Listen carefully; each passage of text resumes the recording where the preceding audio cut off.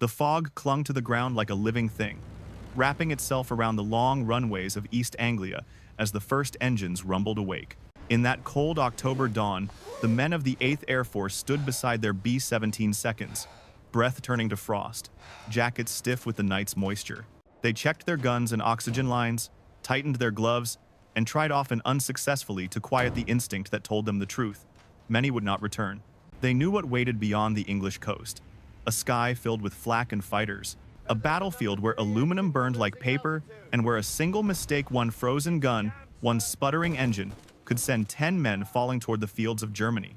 Yet they climbed aboard anyway, driven by a mission that commanders insisted could change the war itself, strike the heart of Germany's ball-bearing industry, and cripple the machinery of the Reich. What forced them into a mission so lethal that survival odds hovered near 35%? Why did leaders keep sending men into a storm that seemed impossible to outfly? To understand the answer, and the turning point that followed, we must go back to the morning when courage met catastrophe in the skies over Schweinfurt. The mission to Schweinfurt did not emerge from desperation alone. It came from a cold, mathematical truth at the center of German industry. Deep inside Bavaria, the factories of Schweinfurt produced the ball bearings that kept the Reich's war machine turning, tiny steel spheres that made tank turrets rotate, aircraft propellers spin, submarine periscopes rise, and artillery traverse with lethal precision. Without them, Germany's mechanized warfare would seize like an engine without oil. To American planners, Schweinfurt was not just a target. It was the fulcrum on which an entire war might pivot. But reaching it required flying straight into the jaws of the Luftwaffe. By mid-1943, crews of the 8th Air Force understood the cost of deep penetration raids better than any statistic could express. Empty bunks appeared in their Nissen huts with unsettling regularity. Personal effects photos, watches, letters folded with care were packed up for shipment home. And every new briefing reminded them of a truth whispered in mess halls and written in letters that would never be sent. Bomber crews had only about a 1 in 3 chance of surviving their required 25 missions. Yet, U.S. doctrine insisted the bomber could defend itself. The B-17 Flying Fortress bristled with 50 caliber guns, 13 in total, overlapping fields of fire that planners believed could repel any interceptor. Combat box formations, layered high, middle, low, promised mutual protection. On paper, the system looked unbreakable. But in the skies over Germany, the Luftwaffe had already begun to dismantle that theory piece by piece. The double strike of the 17th of August 1943 exposed every weakness. The plan was elegant. One force would strike the Messerschmitt factory at Regensburg and continue south to bases in North Africa, while a second force hit the ball-bearing plants at Schweinfurt before returning to England. In theory, German fighters would be forced to split. In reality, fog smothered the airfields of the Schweinfurt force. Hours slipped away as bombers waited on runways they could barely see. Regensburg flew on schedule, alone. German radar detected them immediately, and every available Luftwaffe unit launched to intercept. By the time the delayed Schweinfurt formation finally crossed into Germany, the same fighters refueled, rearmed, reinforced were waiting for them again. 60 bombers never returned. 600 airmen were killed, captured, or lost to the sea. For the Americans, the raid was a strategic lesson written in fire. Without long-range escort, daylight bombing was not merely hazardous. It was unsustainable. Yet the target remained vital. Schweinfurt still produced nearly half of Germany's ball-bearing supply. Destroying it could have slowed the Reich more than any battlefield victory. And so the 8th Air Force prepared to try again, knowing full well what awaited them across the channel. The stage was set. The enemy was ready. The doctrine was breaking. And the men of the 8th Air Force were ordered back into the storm. The sun had barely risen when the bomber stream crossed the Dutch coast, but already the men inside the flying fortresses felt the weight of what was coming. Frost clung to the inside of their oxygen masks. The air temperature had dropped to 40 degrees below zero. Even the smallest wound could freeze before a bandage was applied. Yet it was not the cold that tightened their chests. It was the moment the P-47 Thunderbolts waggled their wings, turned west, and disappeared. Fuel. That single constraint dictated everything.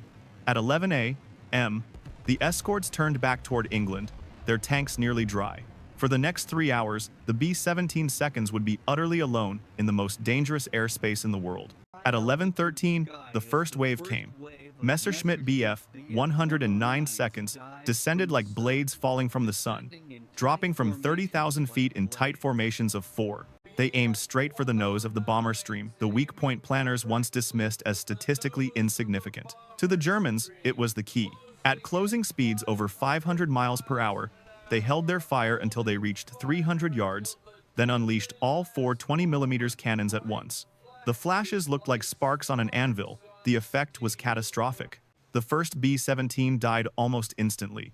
A cannon shell smashed into the No. 2 engine, turning it into a fireball. Flames crawled across the wing like a living thing, weakening its structure until it snapped off at the root. The bomber inverted, tumbled violently, and spiraled downward, trapping most of the crew under crushing G-forces. Only 4 parachutes opened. There was no time to grieve. Another wave was already inbound. Focke-Wulf 190 seconds hammered the formation from the flanks and rear, aiming at the outboard engines, the Achilles heel of the flying fortress. Knock out both engines on one wing, and physics completed the kill. A bomber falling behind the formation became a wounded animal. The Luftwaffe hunted stragglers mercilessly, swarming them from every angle with the precision of predators who had perfected their craft over 4 years of war. The sky grew thick with smoke trails and falling aluminum. Some bombers exploded outright when cannon shells struck their bomb bays. Others burned for agonizing minutes, spiraling downward while men bailed out into a sky lit by fire. Some parachutes opened, some didn't. Still, the formation pushed on. Still, the mission had to be done. At 1440, after hours of relentless combat, the surviving bombers reached Schweinfurt. Below them, the city bristled with 88mm anti-aircraft guns. Black puffs of flak erupted around the aircraft. Each burst a ball of shrapnel that could shred through aluminum like cloth. The bombers had no choice but to fly straight and level for nearly 3 minutes, locked into the unbreakable discipline required by the Norden bomb site. Men held their breath, metal screamed, holes tore open in wings and fuselages, but the bombs fell tons of explosives raining down onto the ball-bearing factories that powered the Reich. Schweinfurt burned. Yet the hardest part remained, the long flight home. German fighters continued their assault until ammunition ran dry. Some pilots flew 3 or 4 sorties against the same bomber stream. Only when fresh P-47 seconds finally appeared in the late afternoon did the Luftwaffe break away, leaving the survivors to limp back toward England, some so damaged they fell into the sea within sight of home. Black Thursday had carved its place into history. The mission was completed, but the cost was staggering. By the time the surviving B-17 seconds crossed back over the North Sea, the men inside them already knew the truth. Schweinfurt had not been a victory. It had been a reckoning. The formations that had left England with disciplined symmetry returned in fractured clusters, engines coughing smoke, gun barrels warped from hours of fire. Some aircraft limped along on one remaining engine. Others trailed fuel that glimmered briefly in the fading light before disappearing into the sea air. And some never returned at all. Across East Anglia, ground crews waited on the dispersal pads, scanning the horizon for silhouettes that failed to appear. The first bombers landed at 1745, their fuselages stitched with cannon holes, their tires blown, their wings buckled. Ambulances moved immediately toward the parking stands. Some planes carried wounded men who had bled through their heated suits. Others had silent passengers, airmen who had died hours earlier, their bodies frozen stiff at altitude. When the final tally came in, it was worse than anyone expected. 60 B-17 seconds lost, 17 more damaged beyond repair, 77 aircraft gone, 26% of the entire strike force, 650 men dead, wounded, or missing. Black Thursday had become the single costliest mission in the history of the 8th Air Force. And what had the sacrifice achieved? The bombs had fallen accurately. Fires raged inside the factories of Schweinfurt. Production reports showed a short-term drop of roughly 34% in ball-bearing output. But within weeks, the German Armaments Ministry quietly restored production levels. Stockpiles, emergency shifts, and imports from neutral countries filled the gap. Inside 8th Air Force headquarters at High Wycombe, the atmosphere shifted from determination to urgency. The post-mission reports were blunt. Bomber groups wrote detailed accounts of frontal attacks, massed formations of fighters, and catastrophic losses among unescorted aircraft. Intelligence summaries described what the men already knew from experience. The Luftwaffe could refuel, rearm, and attack again long before bombers reached the coast. Every factor pointed to the same conclusion. Daylight strategic bombing without long-range fighter escort was not simply flawed, it was failing catastrophically. The tragedy of Black Thursday forced a fundamental reckoning. The bomber doctrine that America had championed for years, the belief that a flying fortress could fight its way to any target in Germany, had been disproven in blood. Even the aircraft themselves, magnificent as they were, could not survive 3 hours alone against seasoned German pilots armed with optimized tactics and overwhelming numbers.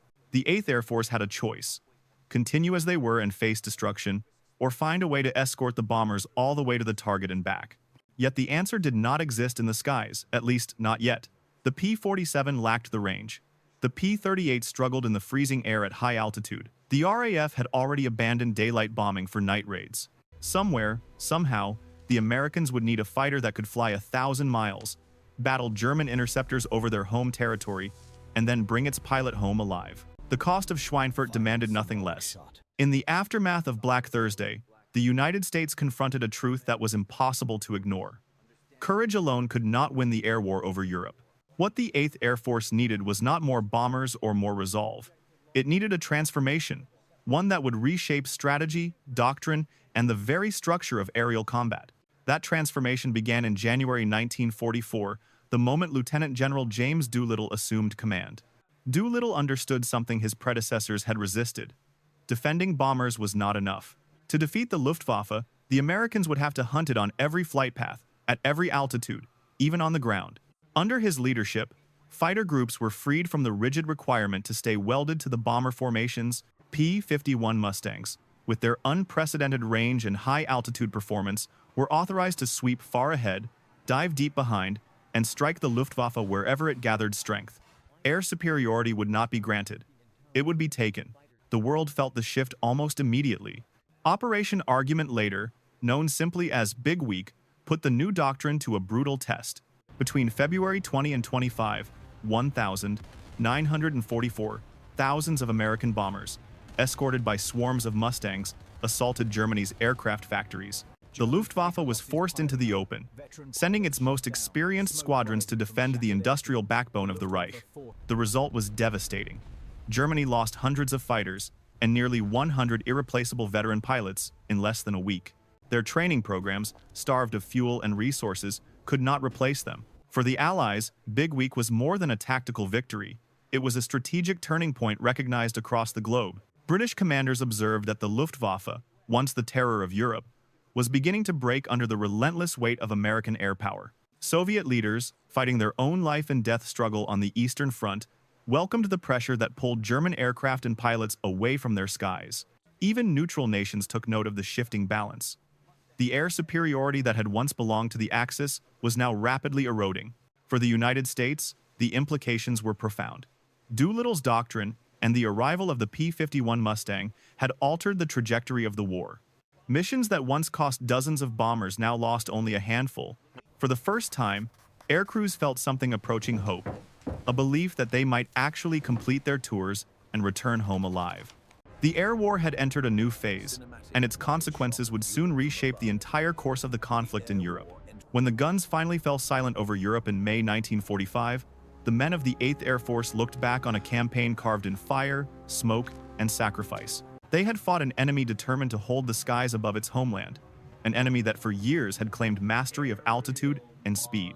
Yet, through innovation, resilience, and a fighter that changed the very geometry of air combat, the 8th Air Force achieved what once seemed impossible: complete and uncontested air superiority over the heart of Nazi Germany.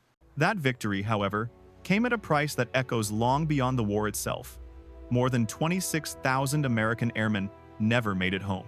Another 28,000 would endure the uncertainty and hardship of prisoner of war camps. Over 4,700 heavy bombers were lost, each one carrying 10 men who entrusted their lives to aluminum skins and the courage of those beside them. These were not abstract numbers. They were fathers who never returned, brothers whose letters stopped without warning, husbands whose children would grow up knowing them only through photographs and folded flags. Yet out of this immense cost emerged a legacy that still shapes modern air power.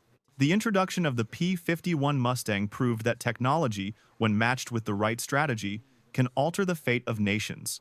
It extended the reach of American air power deep into enemy territory, shattered the Luftwaffe's ability to contest the skies, and opened the door for the D-Day landings and every major Allied advance that followed.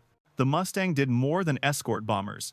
It gave thousands of men a chance to live, to return home, to build the post-war world their sacrifices made possible. Today, when we look back on those long, freezing flights over Germany, we see not only the mechanics of air warfare, but the enduring weight of human courage.